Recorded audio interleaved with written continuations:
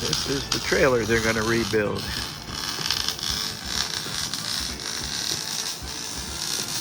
It's been in quite the accident, as you can tell. These wheels are going to come off and be replaced. You'll put a set on the front as well. This is destined for a farm,